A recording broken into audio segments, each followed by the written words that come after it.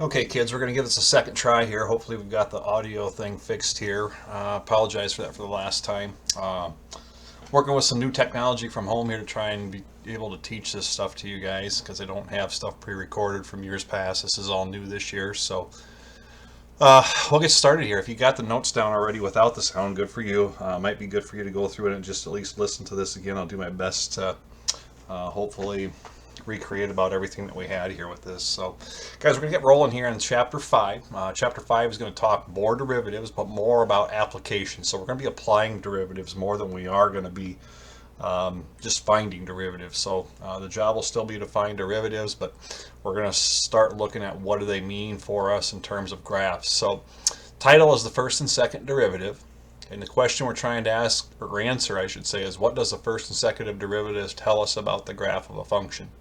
So our first goal today right here, first goal is to determine where graphs are increasing or decreasing.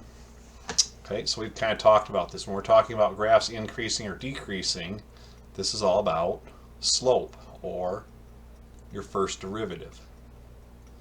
Okay.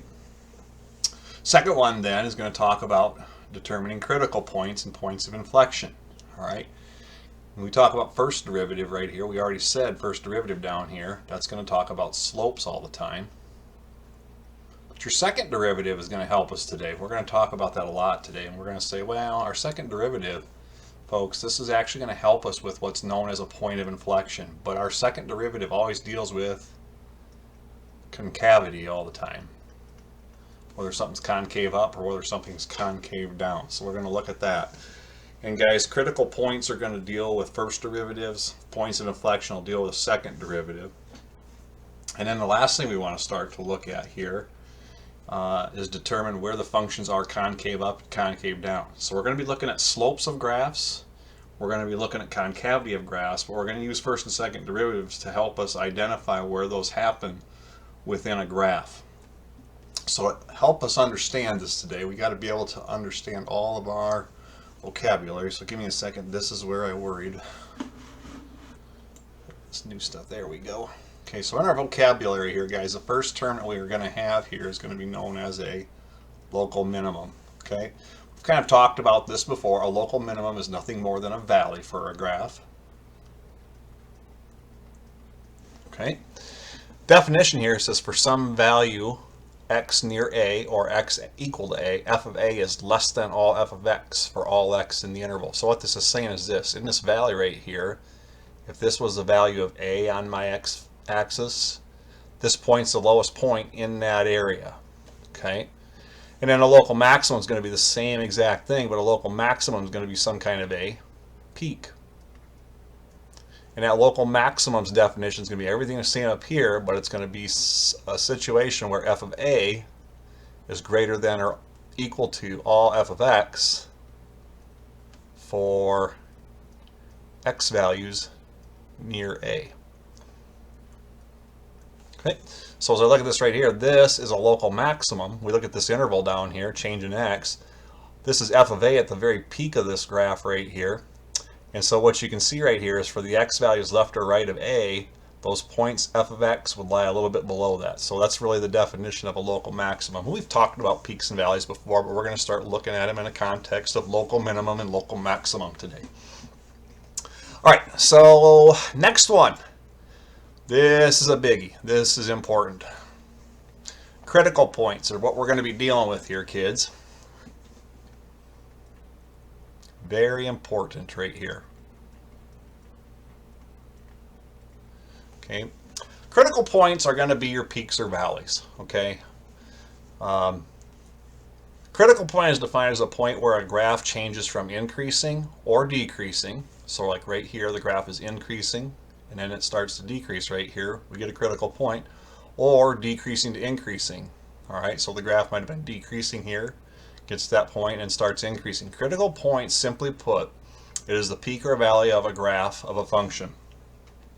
Critical points occur where the slope is zero. This is an important concept right here, kids. If you take a look at this right here, guys, if I would draw a line of tangency at all of these critical points right here, all of these are going to be horizontal lines. So your critical points right here what you kind of want to know right here, friends, critical points are going to occur where the slope is 0, but there has to be a change in slope at that point.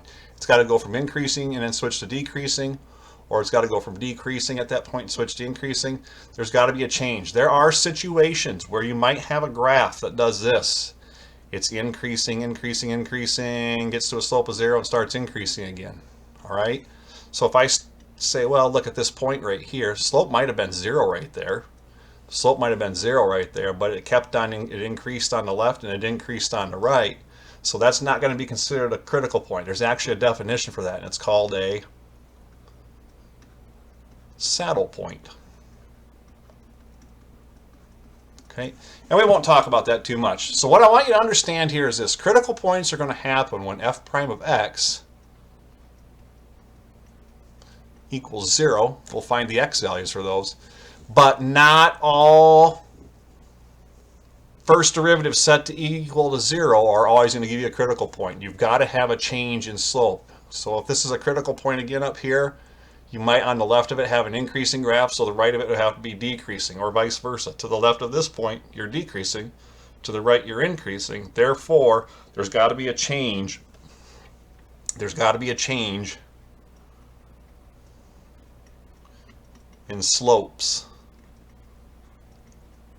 for that x value.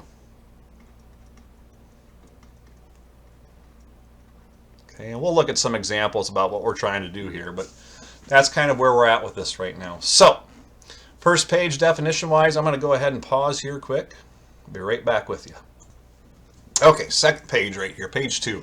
Guys, the next definition that we're looking at is called the critical value. The critical value basically is the y value. It's the y value of a critical point. So, friends, right here,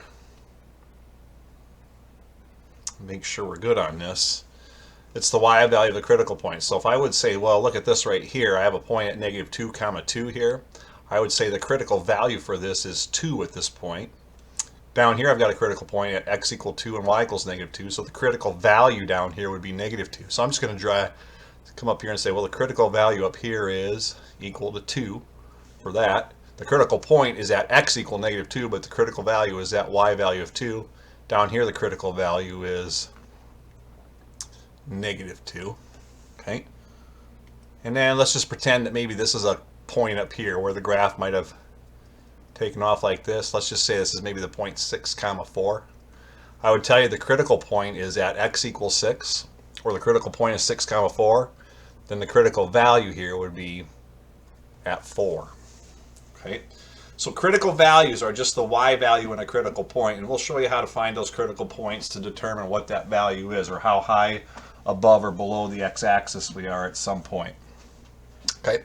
All right, last definition here, point of inflection. Point of inflection is a point where a graph is going to switch from concave up to concave down, or vice versa, from concave down to concave up. So in this example right here, you've got a graph that's, well, in here it's concave up. So in this interval from here to here, everything is concave up, which, and when you're talking concave up, your second derivative, f double prime of x, would be greater than 0 for this part right here. Okay, now over here your graph is concave down. Ooh, that's a biggie. I didn't want to do that. Let me fix that, kids. Let's see. New program here, so give me a second.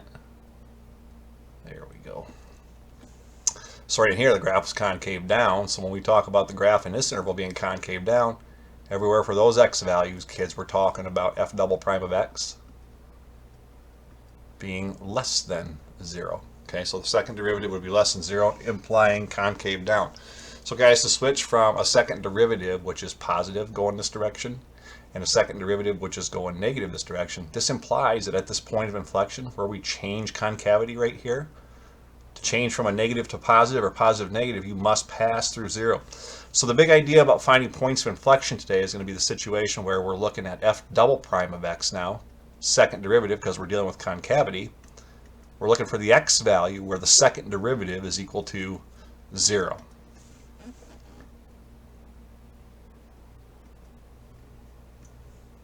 Okay, kids, next example that we have right here then, or I guess the first example that we have here after all of our vocabulary is example 1. In example 1, we're going to analyze a graph with a first and second derivative. So here, kids, we're given a function. We're given f of x is equal to 1/3 x to the third power minus 3x squared minus 16x plus 4. Okay. Now I'm going to go ahead and take a second and graph this in Desmos. So give me 1 second here.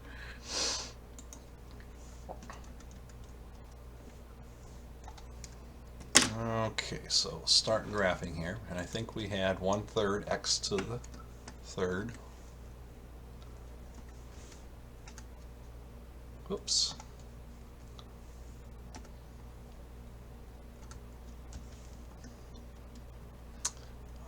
And then 2, then I need to look back here. Give me a second.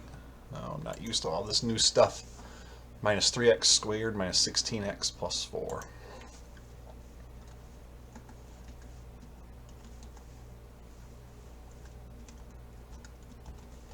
Okay, so I'm going to zoom in on this real quickly and kind of talk about some things here. So definition-wise here, kids, we've been talking about this real quickly. Let me squeeze this a little bit. So I'm going to come into the x-axis, hit shift, and we'll squeeze this down a little bit so we can see some stuff. So as you can see right here, it looks like we've got some critical points here. I've got a little maximum here and a minimum here. Now guys, it looks like my critical points are going to occur at x equals -2 and x equals +8. Okay, it looks like we're going to have a local maximum here and a local minimum here. And then we'll talk about the graph having a slope that's increasing up to here. And then between -2 and 8, it'll be decreasing, which means first derivative will be negative. And then beyond 8, slope's going to increase, and we're going to talk about that. Now we're also going to talk about this situation, because if you notice on the left, we've got this being concave down and then concave up. So somewhere in here where the graph is concave down, to switch to concave up, there's a point of inflection here. And I want to be able to analyze where those points are exactly using first and second derivatives, but we get a pretty good idea of what this is going to look like here with Desmos first.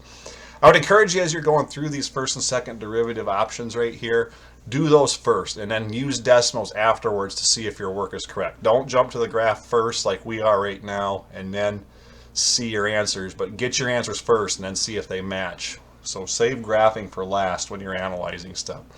Okay, so for now right here, let's see where we're at. So right here, kids, this first derivative that we're going to talk about, this first derivative, my friends, is going to help us. This first derivative is going to help us determine critical points. So I'm just going to put up here CP for critical points. Oh shoot, what happened?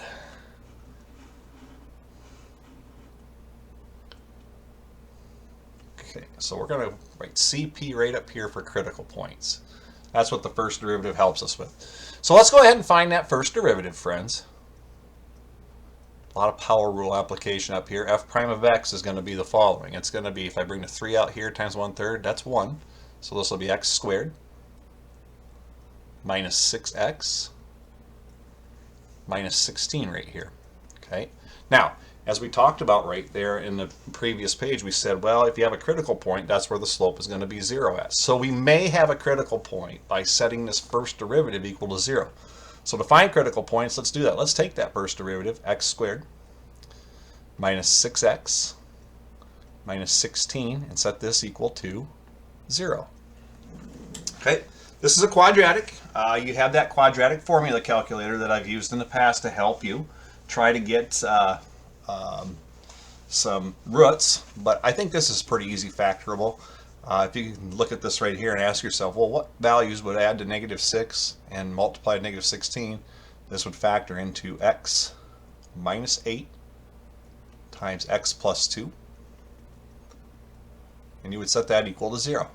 Okay. So now, in this situation, kids,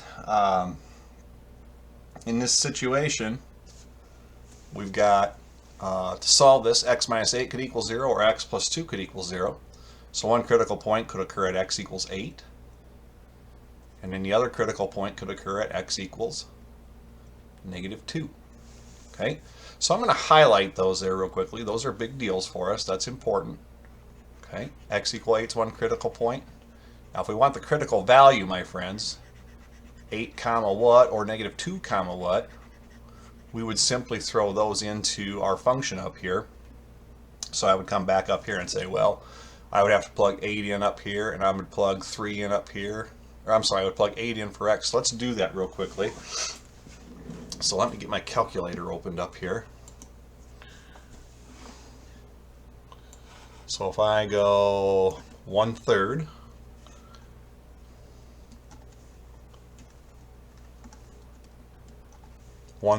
times 8 to the third,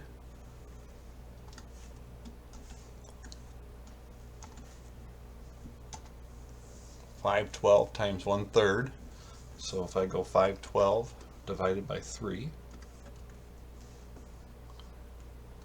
that first answer is 170.6. And then if I continue to throw 8 in here, I can just tell you we'll get out, I believe it's positive 21.3. I can confirm that over here when we're done. Yep, 21.3 is what we're going to get out for a critical point. Okay, I'm not going to throw -2 into that whole function, but if you threw -2 in your calculator for the original function, friends, you would have this at -145.33. So the critical value here would be this, -145.33, and a critical value up here would be 21.33. Okay, what we're really trying to get at here, guys, is this. What's this first derivative tell us? Okay, I want to know if we have an interval where we're increasing or decreasing. So what we like to do here, kids, is this. For first derivative in terms of critical points, I like to draw a little number line like this. And you'll want to do the same thing as well. And I'm going to put 8 over here because that was one critical point. And I'm going to put -2 over here. Okay. And then what we're really concerned about with critical points right here, my friends, is slope. Okay, we are worried about that first derivative. We want to know, is the graph increasing left of -2 or is it decreasing left of -2? And then we want to know what's happening between -2 and 8. Are things increasing or decreasing? And then we want to know what's happening to the right of 8. So here's how this works for us. What we do is we come over here and we say, all right, let's pick a point like maybe left of -2, like say -3. Okay, so left of -2, we're going to come back up to our original first derivative right here, x squared minus 6x minus 16. When I plug -3 in here, -3 squared is 9. -6 times -3 is positive 18. So 9 plus 18 would be 27. Minus 16 would be 11. This value is a positive, okay? Which means in that interval, left of -2, our graph is always increasing. Okay, and I can see this in decimals. Again, I told you don't graph this right away, but for our purposes today to see this in decimals, you can see that left of -2, our graph is definitely increasing. Okay, so now what we want to do is what's going to happen between -2 and 8? Well, you can see graphically that we've already done it. The graph's going to be decreasing, so the first derivative should be negative everywhere in that interval. But without graphing it, this is how you test that. You say, well, maybe let's pick a value like between -2 and 8, an easy number to work with would be 0. So if I throw 0 into my first derivative up here, we get out -16. We get a negative value out for f prime of x, which means between -2 and 8, the graph is decreasing. So on this right here, you've gone from a graph that's increasing to now at -2, the graph is decreasing. We are in a situation where, kids, we're going increasing down to decreasing. This would be a local maximum at -2. Okay.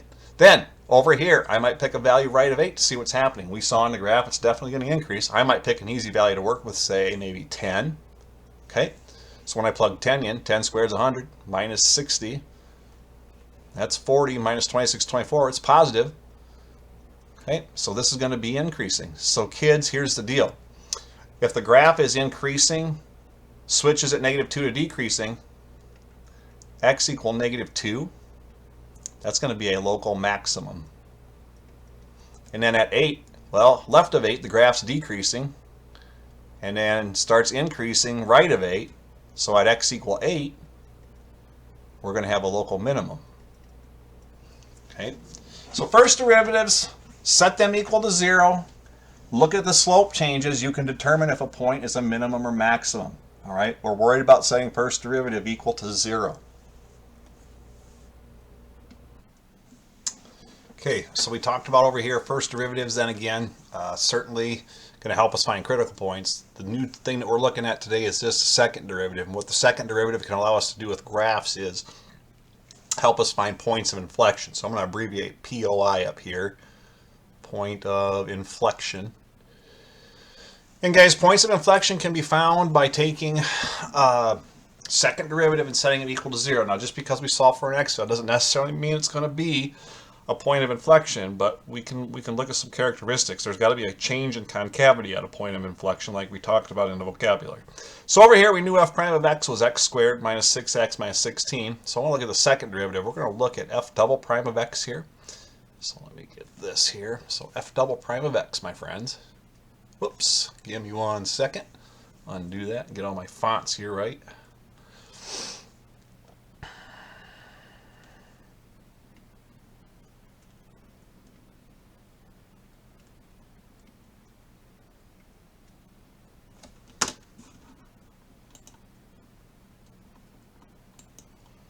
All right, my friends, here we go. Second derivative then up here.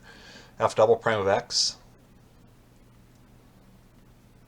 going to become the following. It's going to be 2x minus 6. Okay, and then again, we're going to set that second derivative equal to 0. Okay, so we're going to solve this right here. So we'll end up with 2x equals 6. Give us an x value of 3. So we know we've got a point of inflection at 3 comma something. Okay, we'd like to find that value. So I'm going to go ahead and plug 3 into our function up here and know what that point of inflection is. So everywhere I have an x value, I'll come up here and say, well, let's figure out it's 3 comma something. So let me get my calculator opened up here real quickly. So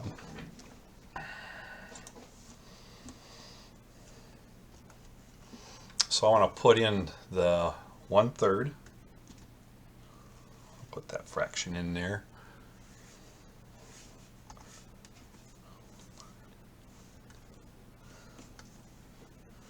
Times, it looks like we're going to go 3 to the 3rd.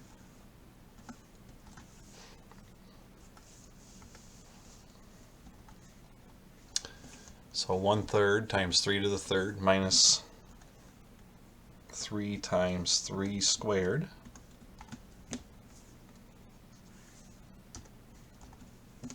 Minus 16 times 3 plus 4. And when I punch that in there, we get negative 62, which seems off to me a little bit. Oh, let's see, minus 16 minus 3 squared. Maybe that's right. So I'm going to go into my graph here real quickly into other decimals here. We're going to type into 0.3 comma negative 62.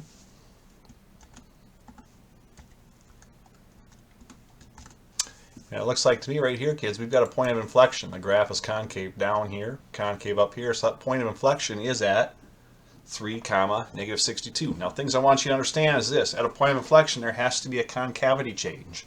Okay, the second derivative would transition from, in this case, a negative second derivative to a positive second derivative. So let's just kind of analyze this right here.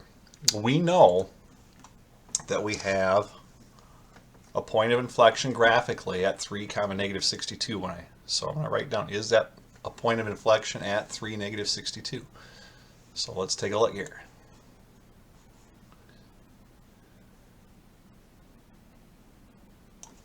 So right here, we knew that this point again was, where did all my tools go down? Oh, things are freezing up on me. Isn't that just dandy? Let's see if I can zoom.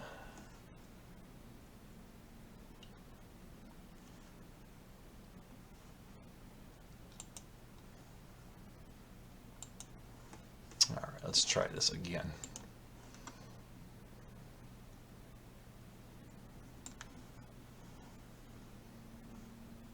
All right, so that point again was 3 comma negative 62. Okay, so let's look at that x value of 3 on a number line, my friends. Okay, we're talking about this second derivative. And what I want to do is look at values left and right here to know if this is a true point of inflection. So what we're going to do is maybe pick a value like maybe 0 to plug in over here.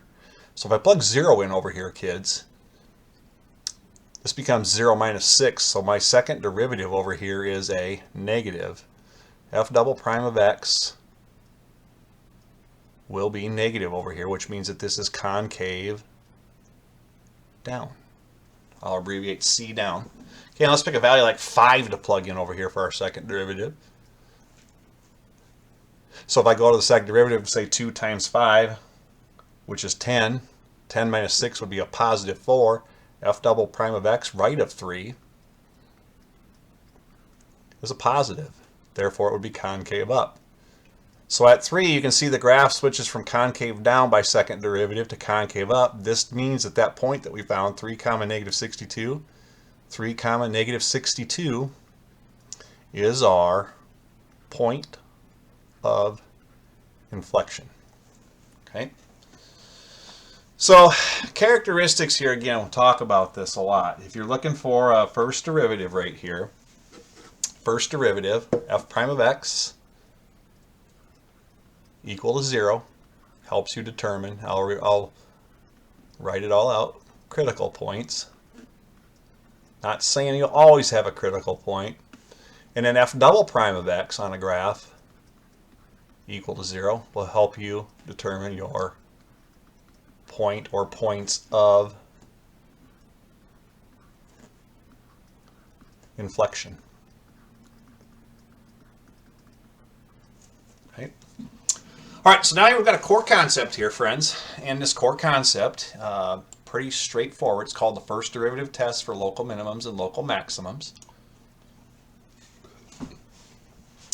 It says, suppose P is a critical point of a continuous function, f, moving from left to right. I'm going to call this 1, and I'm going to call this 2 right here. So I'm going to make a little T chart down here. Okay, number 1 over here, kind of what this is saying is this, kids. If you have a graph,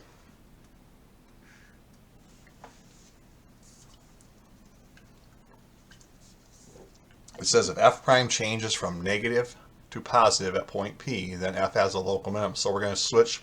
We have a negative slope switching to a positive slope at point P. Then this means that that point is a minimum. So for f prime of x, at a critical point, if you go from a negative slope to a positive slope, you have a minimum. And then the second one is simply saying, if you have a graph like so,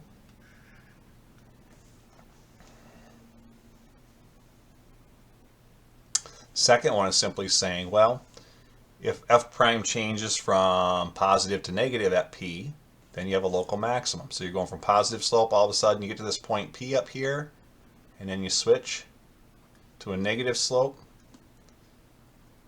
your point's going to be a maximum. So over here we were going negative slope to positive slope, that's a minimum. When we read graphs left to right, over here we're going from positive slope to negative slope, you're going to have a maximum. So if f prime of x happens to be a positive to negative slope, you will have a maximum. Okay.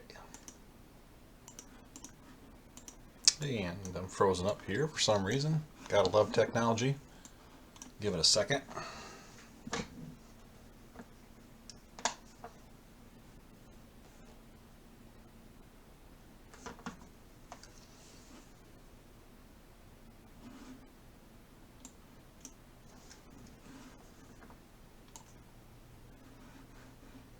Okay, so like we said right here, guys, I think we're good on that core concept, first derivative test, negative to a positive slope, you're going to have a minimum, and then a positive slope to a negative slope, you're going to have a maximum.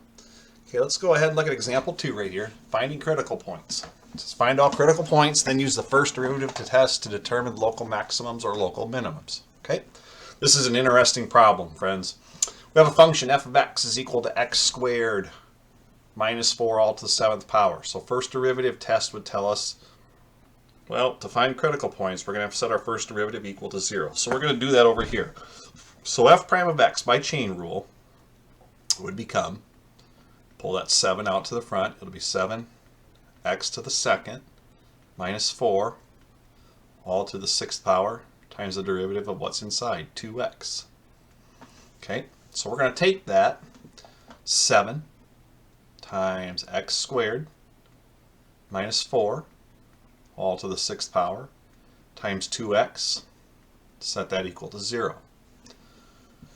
Now friends, here's the deal. We need to solve for x here. So the first thing I'm going to start by doing is dividing both sides by 7. So what we have is x squared minus 4 to the 6th times 2x equal to 0. And so I can use zero product from this part right here. We can set the x squared minus 4 to the 6th power equal to 0. And we can also set the 2x equal to 0. Okay, so I'll do this 2x equal to 0 first. We have a possible critical point. Okay, so where are our possible critical points?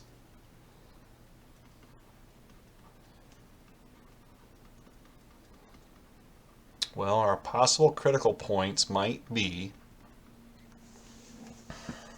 at x equals 0. Oops. Okay, right there, x equals 0. So we've solved that. This next one's a little more difficult to solve.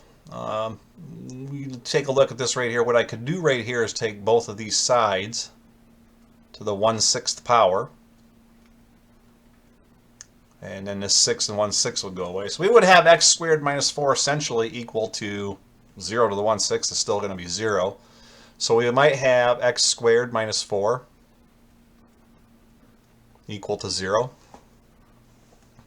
So if I add 4 to both sides, we get x squared is equal to 4, which gives us an x value of plus or minus 2. So our possible critical points, here we go. Possible critical points could be at x equal 0, or 2, or negative 2. So we want to use that first derivative test, and believe it or not, there's actually an easier way than first derivative test to help us with this, but here's how this is going to look for us. So right here, we're going to have maybe a number line. Looks kind of like this. Make that a little bit longer there. Okay. And so right here, friends, we're going to pick on those critical points. I'm going to put 0 here. I'm going to put negative 2 over here. And I'm going to put positive 2 over here. Now we're concerned about slope. So my friends, our function for f prime of x. F prime of x was the following. It was 7 times x squared minus 4 to the 6th power times 2x. Okay, I'm going to test a value over here, maybe like, say, I don't know, negative 3. Okay, now again, we're worried about slope. I'm worried about, are we going to get a positive value out or a negative value out? All right, we want to know if this is going to be a maximum or minimum in terms of where our critical points might lie. So the first thing we're going to do is we're going to throw this negative 3 in here. So we'll look at f prime of negative 3. This is going to equal positive 7. Okay, if I throw negative 3 in here and square that, that's going to be a positive 9 minus 4 to the 6th power times 2 times negative 3. Okay, hear me out on this. This 7 is a positive. In here, you're going to have anything to the 6th power. I don't care what you put in here. Anything to the 6th power in the end is going to turn out to be a positive. So we're always going to have positive times positive. So what we're kind of worried about over here is this, a negative. Positive times negative gets us a negative over here. So that means our graph is going to be decreasing right there. Okay, so let's pick a negative 1 to put in here. Again, that 7 is going to stay positive.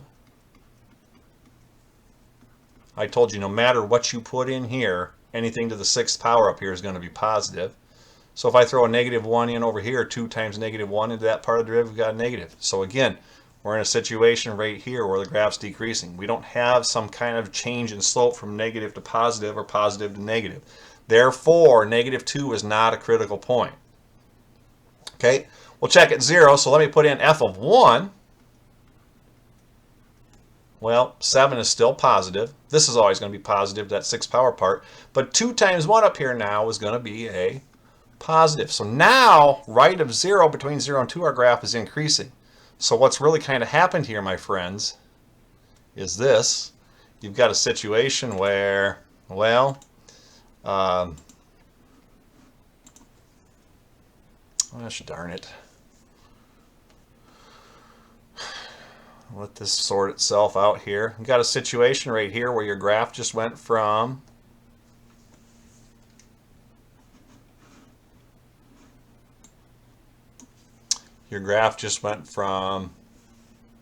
decreasing here to increasing right there. Therefore, that means from decreasing to increasing, we've got a minimum there at 0. And so we'll look at the same situation here with f of just right of 2 here. So maybe I pick a value like maybe, I don't know, say 3. Okay. If I pick 3 to put in here, going to have a positive, and a positive again. So this is going to be increasing. So guys, the only place where we have slopes changing is at 0. So going from a negative slope to a positive slope, we have a critical point at x equals 0. So this is going to be a local minimum at x equals 0. If I want to know exactly where that point is, I could go back up to my function, which was right up here. If I plug in 0 for x, 0 squared is 0, 0 minus 4 is -4. So if I go to my calculator and look at -4 to the 7th power, and I got to make sure I put that -4 in parentheses,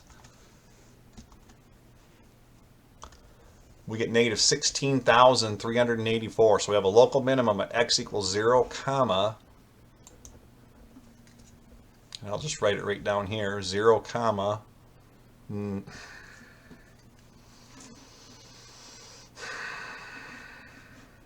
I apologize for all this driving me nuts tonight.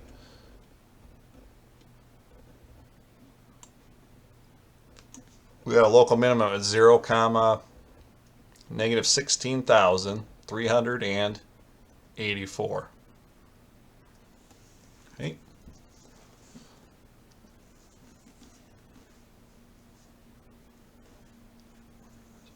Lock this. Okay. And if I graph that, you could see that, you would see that easily in Desmos. But again, critical points, first derivative equal to 0. Use the first derivative test to figure out if it's a minimum or maximum. Again, we were going from a negative slope to a positive slope. That's why it's a minimum.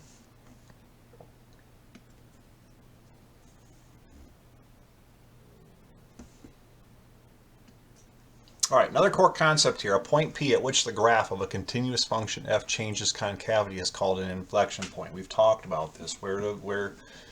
Where do you go from concave up to concave down right here? And that's called an inflection point. So suppose f double prime is defined on both sides of a point P. It says if f double prime is 0 or undefined at P, then P is a, and I want to stress this right here, it is a possible inflection point. To test whether P is an inflection point, check whether f double prime changes sign at P. So in this situation right here, kids, what we're looking at here is a deal where we want to, in example 3, find points of inflection. It says for x greater than 0, so we're only going to talk about the right side of this graph. It says find the local maximum and minimum and inflection points for g of x equals x to the 4th minus 2x squared, and sketch a graph of g. Now again, most of our graphs can be put in Desmos, definitely from now on, to see that here, but let's just confirm this first before we do this. All right, so let's start out with our critical points first here. So for example here, f prime of x, my friends, would become the following. F prime of x would be 4x to the third minus 4x. And since we're looking for critical points with the first derivative, we're going to set this equal to 0. Okay. Now, I can factor a 4x out of both of those terms. So I have 4x times x squared minus 1 equal to 0. Okay. I can set the 4x equal to 0. And I can set the x squared minus 1 equal to 0. So over here we're going to possible critical points. Possible critical points. For this one we would solve, we would get x equals 0. If I solve this, x squared minus 1 equal to 0, you're going to add 1 to both sides, so the square root of 1 will be plus or minus 1, but the only one we're going to worry about, because we're talking about x values greater or equal to 0, would be at x equal 1. Okay, so my friends, here's what we're going to do. We're going to set this up. If I put 0 in for x, we have a point at 0 comma something, so I want to know what that something is. If I plug 0 in up here, one critical point might be at 0 comma 0. Or if I plug 1 in up here, 1 times, or 1 to the fourth would be 1. Throw 1 in here, you get negative 2, so 1 minus 2 would be negative 1. So we might have a critical point at those right there. Okay? So here's what I'm going to do. I'm going to come down here and I'm going to check. I'm going to say, all right, here's my number line, Parson. And we would have potentially 0 and potentially 1. Now keep in mind, we're only working to the right of 0 because right here they just told you that x has got to be greater than or equal to 0. So we're going to pick some points in here first. Really, the inflection point would be right in here because right of 0, I have no idea what that would be. We don't care about anything to the left of that. So I'm going to look at slopes in between here and here. So here's our function right here. So I might say, well, let's pick maybe 1/2 to throw in there. Okay. If I throw 1/2 in here, kids, 1/2 to the third power is 1/8. 1/8 times 4 would make 1/2. So this would really become 1/2 minus, if I throw half in for that part of the derivative, 2. We get a negative 1 and 1/2. We get a negative value. So when I throw 1/2 in here, we get a negative value out in our first derivative, which means the graph is concave down. Okay? Or I'm sorry, not concave down. It's going to be decreasing. We're dealing with first derivative. Okay? Next, then, let's put in a value right of 1. Say maybe we put 2 in here. So if I plug 2 in here, 2 to the third would be 8, and 8 times 4 would be 32. 4 times 2 would be 8, so 32 minus 8, my friends, is 24. So we get a positive out, which means right of 1, the graph is increasing. So at that point 1, negative 1, kids, we have a graph where it was decreasing when we got to 1, negative 1, and starts increasing. So we have a local minimum at our point 1 comma negative 1. And we'll look at this graphically here in a second. Okay, so we've found all the local maximums or minimums, and we're only talking about x values greater than 0, so that's why I'm not worried about anything over to the left here. Now the second part of this says, well, let's look at finding inflection points. So that's our second derivative. So oops, I go to f double prime of x. Here's what we end up with, kids. F double prime of x would be 12x squared minus 4. We're going to set that equal to 0. Okay, we'll set that equal to 0. So here we go with this. This would be 12x squared equals positive 4. This would make x squared is equal to, oh, let's see, 4 over 12 would be 1/3. That means x would be the square root of 1/3. Could be plus or minus, but since we're talking about x values greater than 0, I'm just going to worry about the positive square root of 1/3. Okay, so we might have a possible point of inflection at x equal square root of 1/3. Okay, I'm going to try and get a value out here for an actual point here. So I'm going to go in here and put the square root of 1/3 in here, guys. If I plug the square root of 1/3 in right here, square root of 1/3 times 1/3 twice would make 1/3. So 1/3 to the 4th, this would become 1/9. If I square 1/3, I get 1/3, and then times that by 2. This is really be 1/9 minus 2/3, which would be the same as 1/9 minus 6/9.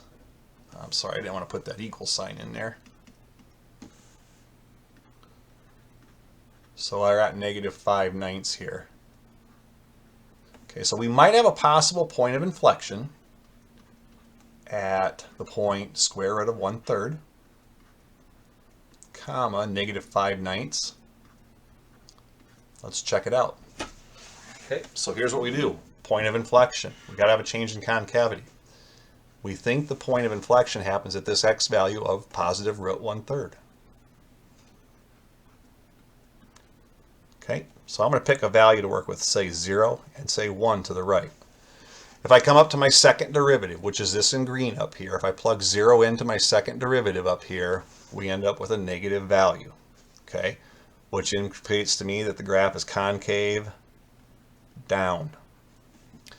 And if I come up here and plug 1 in here, this becomes 12 minus 4, which is positive 8. Go to concave up. Kids, we switch concavity at this value right here, so this is indeed a point of inflection. You will have this as your point of inflection right here.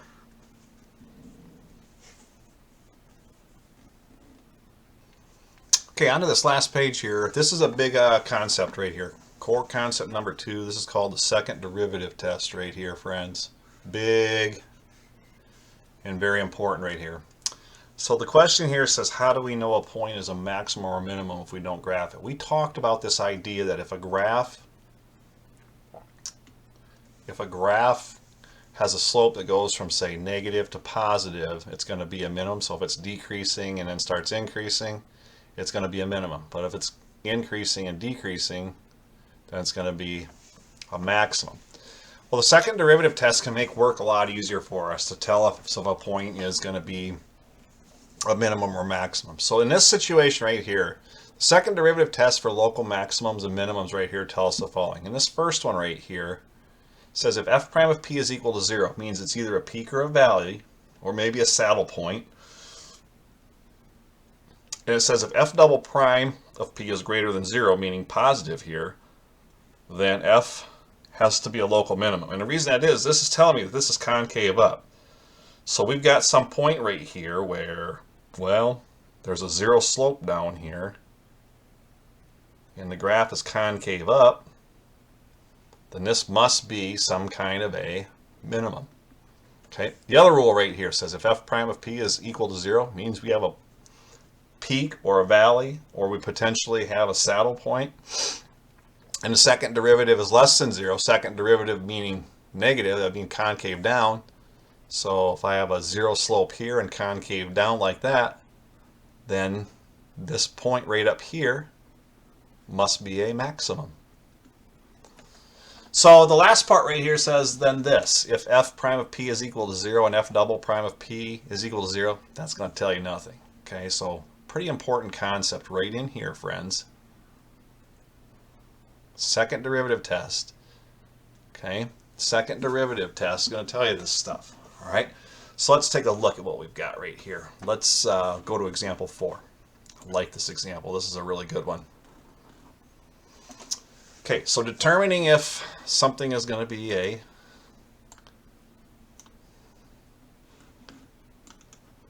oops, I want to trash that. There we go.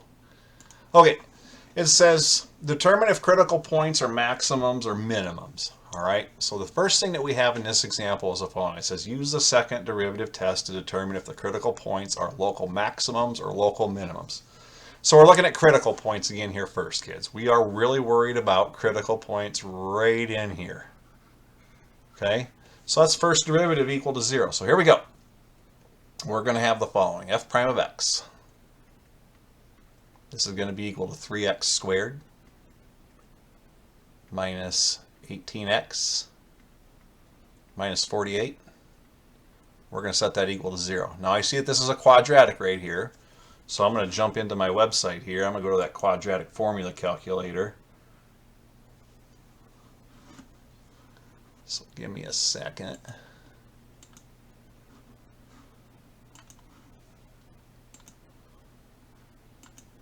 So right in here, if we go into this quadratic formula calculator under resources,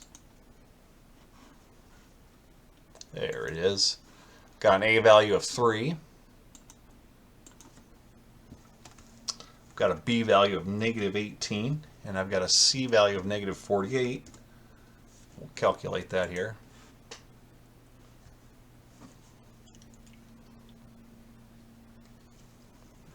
All right, we get X values of 8 and X value of negative 2. So we might have possible critical points at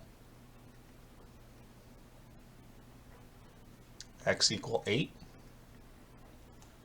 and X equal negative 2. All right, so here's what we talk about here, kids. Are those points or are those critical points going to be minimums or maximums? So let's get a value to that here in a second. So I'm going to jump into my calculator again. I want to go to my original function right here. So if I go in and say, well, let's plug in 8 right here. So I'm going to go 8 to the third.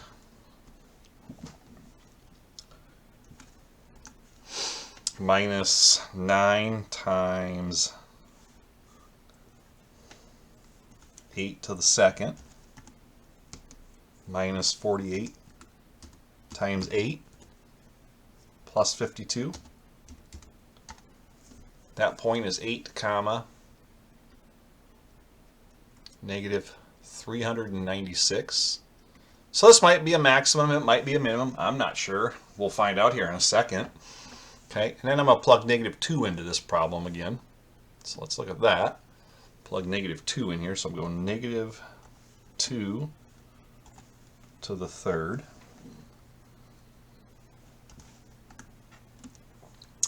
minus 9 times negative 2 to the second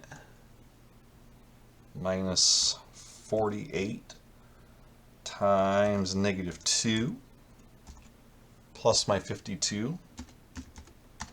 That kicks out 104 at us. So we've got this point negative 2 comma 104. Okay. Now, we've been drawing number lines down here, and we've been putting in there like, oh, 8 was here, negative 2 was over here. We had to pick values in this area, and this area to talk about slope, and then see if there was change in slope. Well, the second derivative test changes all that for us, okay? We are really, really concerned about these values right here of 8 and negative 2, okay? And so what we do here, guys, is this. Second derivative test tells us this. We look at the second derivative in this context. We say, okay, we have critical points possibly at 8 and negative 2. Second derivative test here would tell us the following. If I jump into f double prime of x right here, second derivative, well, here's my first one. So second derivative would be 6x minus 18, my friends. And what we do is we look at the second derivative of our critical values for x. So we're going to look at f double prime of 8, and we're going to look at f double prime of negative 2. So here's what we end up with. We end up with plugging 8 in here. This would become 48 minus 18, which would be a plus 30. So we get a positive value out when we do that, which would indicate to me the graph is concave up at 8. Okay? If you throw negative 2 in here, kids, 6 times negative 2 is negative 12. Negative 12 minus 18 is negative 30. We get a negative, which means the graph would be concave down. Okay, so let's talk about this. For this point 8 comma negative 396, that's pretty far down. But anyway, guys, here's the deal. We know we have a critical point where the graph was concave up. It had to look like this. So that point 8 comma negative 396 must be a minimum by that second derivative test. The concavity is up. Likewise, for this other point, negative 2 comma 104, kids, we've got a slope of 0 up here. Graph's concave down, so this is what the graph must look like. Concave down, so this must be a local maximum. Okay, so that second derivative test really saves you time on determining if a point is a local minimum or a local maximum. But again, the idea is this: first derivative, critical points. Second derivative equals 0. Concavity, or points of inflection. That's what we're after here, okay? All right, let's just jump into this real-life example. Pretty simple one. Last one here. And hopefully the volume recorded this time, because if it didn't, I'm going to be really sad. Okay, so right here, my friends, I'm going to try this ruler tool here, see what happens. Ooh, this looks fun. I don't want it to be 45 degrees though. I don't know how to spin it. All right, well, never mind on that. So let's just draw a coordinate plane here.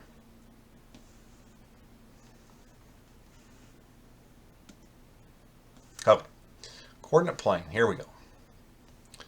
I'm going to make it like this, first quadrant.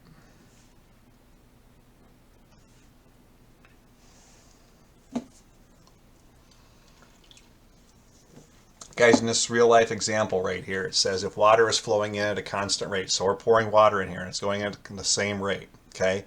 So if the first second takes on maybe 10 cubic centimeters, the second is going to take on cubic centimeters. Now kids, this is eventually going to fill up, but the rate at which it fills up is going to slow down because this is starting to widen out, okay? So the depth of water is what we're talking about. The water level in this is going to rise.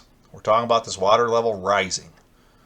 Okay, but this is going to start out rising kind of fast, but it's going to slow down because it's widening out. There's a bigger volume in that particular height to fill. So the question here is really talking about sketch the depth of the water in this given time, knowing that it's going in there at a constant rate. So it says if water is flowing at a constant rate into the vase below, sketch a graph of the depth of water against time. Mark on the graph the time where the point of inflection happens and analyze its meaning. So guys, right here, we start pouring water in here. Now, the water is going to start going in at time 0. We're going to have a certain depth. And at time 0, we haven't poured anything in here, so that's why it starts out. Now, as we start pouring water in here, the graph of this is going to start to increase, but it's going to kind of be a concave down situation here because the graph is getting, or the vase is getting wider. But when I get to a certain point here, this is going to start to fill up a little bit faster and faster and faster because it's narrowing now. Okay, so it's going to start to narrow right here. And what happens here is we've got a concavity change right here for this. Okay, so my friends, this point of inflection right here really represents the point when the depth reached the widest point, or the widest part, I should say,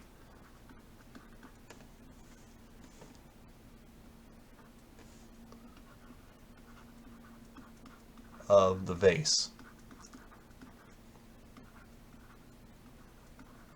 Okay, so guys, really the things to talk about with derivatives here. Again, first derivative equal to 0, that helps us determine critical points. There's a first derivative test to check and changes the slopes, a positive slope to a negative or vice versa to determine if something's a minimum or a maximum. Second derivative equal to 0 is going to help us with points of inflection. I think it's important that you take time and listen to this here. I'll probably be in touch with you guys a little bit on Monday about what's going on here, and we'll go from there with it and see what happens. So hopefully this one works out better for you. I'll get this loaded up here. Sorry about all the glitches in the programming I'm using here. It's a little different today, but we'll get through it. If you have questions, email. Hope you have a great weekend, and we'll talk on Monday.